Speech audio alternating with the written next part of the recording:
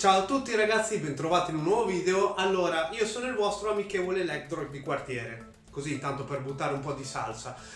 E stavo pensando che questa rubrica sta diventando FPS Fetish, cioè la rubrica che mi chiedeva Sandro, spero che lui sarà contento, e anche per questo gioco Sprawl, come ho fatto con New White, ho preso degli appunti. Iniziamo subito a parlare del gioco. Dimenticavo di dirvi ragazzi che questo è praticamente un video sponsorizzato da Doc, potremmo dire, perché il gioco me l'ha regalato Doc. Vi lascio il link al suo canale YouTube in descrizione, visitatelo. Voi siete Seven, un agente molto bravo ad uccidere che è stato esiliato dall'ultima città civilizzata del pianeta. Però qualcuno di nome Fadar ha deciso che non è il vostro momento di morire.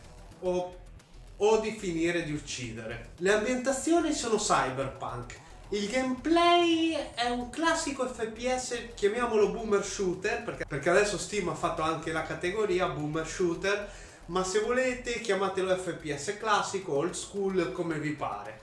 C'è il parkour, si usa il wall jump e è una cosa fondamentale di questo gioco, perché se non usate wall jump e parkour non riuscite neanche a finire il tutorial del gioco. Se voi usate il tasto destro del mouse attivate l'effetto rallenti che vi evidenzia i punti deboli dei nemici come testa o zainetti esplosivi, e questo consuma adrenalina che a sua volta si ricarica colpendo i nemici nei punti critici.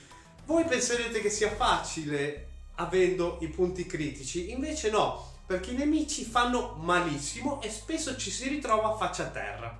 Per andare avanti nella storia o nella lore del gioco ci sono dei log a giro per livelli, ma il tocco di classe, essendo un gioco cyberpunk con ambientazioni cyberpunk, è che trovate i log ma con un QR code che dovete scannerizzare col telefono e ve li apre nel browser in modo che li potete leggere.